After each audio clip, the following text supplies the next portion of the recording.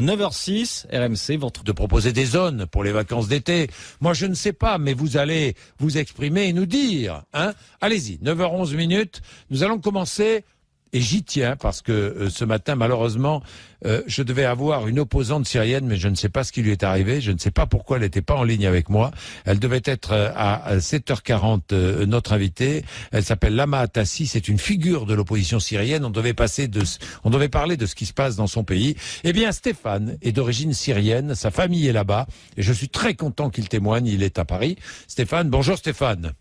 Bonjour Jean-Jacques. Merci vraiment d'être. Oui, je vous entends très bien Stéphane. Oui, et je tenais absolument à ce que nous commencions avec la Syrie.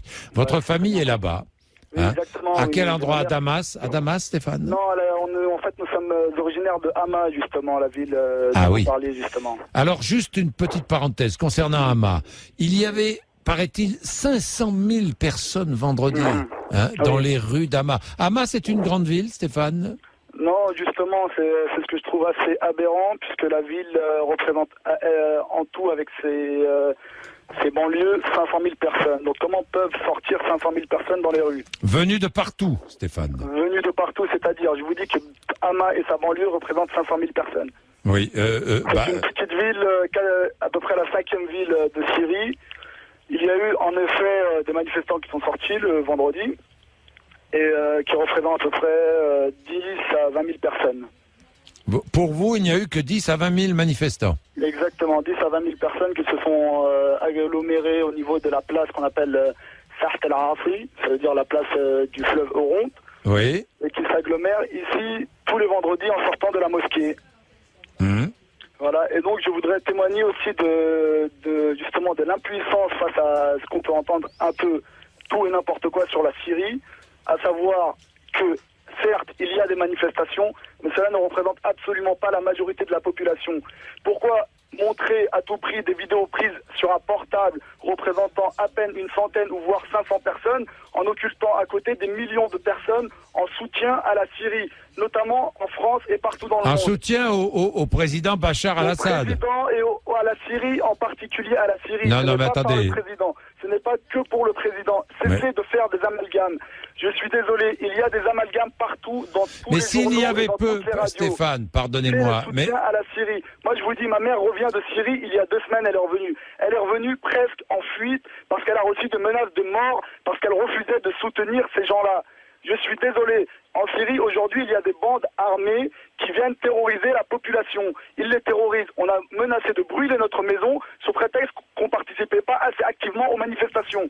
Alors je suis désolé, je veux rétablir la vérité. Il y a eu des morts, certes il y a eu des bavures policières. Ça c'est un fait indéniable.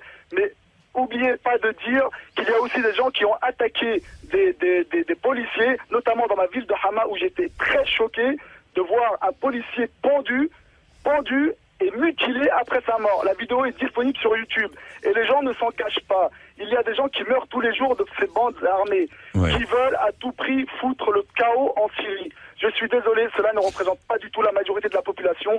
Et la majorité de la population est contre ce chaos. Mais Stéphane, moi je veux bien croire qu'il y ait peu de manifestants et qu'il y ait peu d'opposants au régime syrien. Alors pourquoi est-ce que le régime syrien fait donner l'armée, les milices, la police? Je vais vous dire une chose. Quand on a 120 policiers qui sont tués en l'espace de 2 jours, il faut envoyer l'armée. C'est que l'effectif policier ne suffit pas. D'ailleurs, on peut le remarquer ici même en France, un pays qui se dit être démocratique, où on préconise d'envoyer l'armée à Sevran, une petite ville de banlieue, car la police ne fait plus face à certaines bandes armées. Alors je suis désolé, à un moment donné, il faut dire stop. Il y a des gens qui sont armés et qui terrorisent les populations. Je vous le dis, aujourd'hui, je devais descendre cette année en Syrie, je n'ai plus le courage d'y aller car j'ai peur des représailles. Car, tout ce qui est assimilé pro-régime ou je ne sais quoi est considéré comme un traître et donc puni de mort. Je suis désolé. Et tout ça... Si j'ai bien compris, on est puni de mort de tous les côtés en Syrie aujourd'hui. Non, je suis désolé, puisque regardez justement la contradiction dans laquelle vous tombez. Allez-y, si vous dites qu'il y a autant de manifestants, c'est qu'il y a une possibilité de manifester. Oui, enfin, les manifestations qui sont très vite réprimées. Très vite réprimées, je suis désolé. Si elles étaient très vite réprimées, eh ben, le peuple ne sortirait plus et aurait peur. Je suis désolé. Quand on attaque un policier, écoutez, dans n'importe quel pays au monde, lorsqu'on attaque un policier, il faut s'attendre à des représailles. Le policier ou l'armée ou qui que ce soit qui représente l'État est un endroit sacré. Peu importe le régime ou qui que ce soit, quel pays, on ne peut attaquer impunément un lieu appartenant au droit, au bien commun. Tout simplement. Aujourd'hui, comme je vous dis, il y a des gens, nous, en Syrie, certes, il y a un régime qui dure depuis 40 ans. Je suis d'accord, il dure depuis 40 ans. Un régime qu'on se transmet de père en fils. Qu'on se transmet. Et on s'enrichit. Pardon, mais c'est comme en Tunisie ou en Égypte, on s'enrichit. Écoutez-moi, s'il vous plaît. La France était la première à soutenir la Tunisie et la première à soutenir l'Égypte. Ah, mais ça, vous avez raison. Jusqu'à présent, personne ne s'en indignait. Oui, ça c'est vrai. Insister sur le fait que, pour l'instant, je n'ai pas vu de personnes s'insurger contre le roi d'Arabie Saoudite, tous les présidents sont membres de sa famille. Vous avez raison. Il y a même tous les pays du Golfe. Or, ils sont décrits par le président Barack Obama comme un exemple à suivre. Ça, vous avez raison.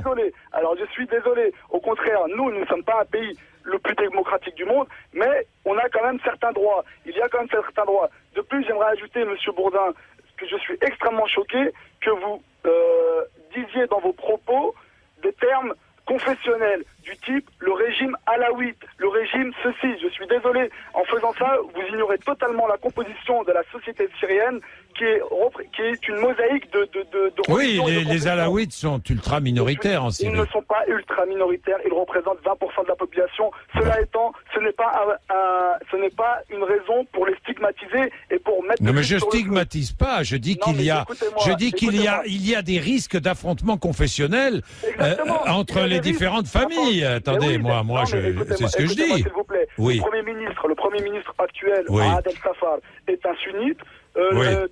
Tous ces ministres, la plupart sont soit sunnites, soit chrétiens orthodoxes, soit chrétiens maronites. Je suis désolé. En Syrie, on est un pays en premier lieu laïque. On est laïque. Vous pouvez appeler ça une dictature ou ce que vous voulez. On est d'abord laïque. Moi-même, qui suis sunnite, je soutiens. Je ne suis absolument pas d'accord avec cette bande de salafistes qui terrorise la population. Je suis désolé. Je suis absolument désolé. En Syrie, nous sommes multiconfessionnels. En Syrie, nous nous aimons les uns les autres. Entre chrétiens, il n'y a jamais eu de problème. Je vais tous les ans en Syrie et je n'ai jamais ressenti aucune gêne, que ce soit vis-à-vis des alaouites, que ce soit vis-à-vis des chrétiens. Mon meilleur ami est un chrétien. Ce n'est absolument pas un problème. Il ne faut pas mettre ça en avant, dire que c'est un régime alaouite qui sous-entendu aurait pris le pouvoir comme une espèce de mafia pour terroriser la population.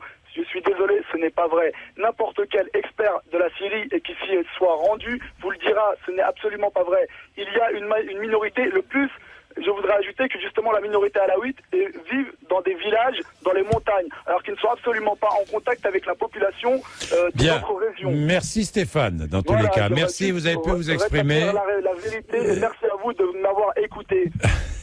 Merci Stéphane.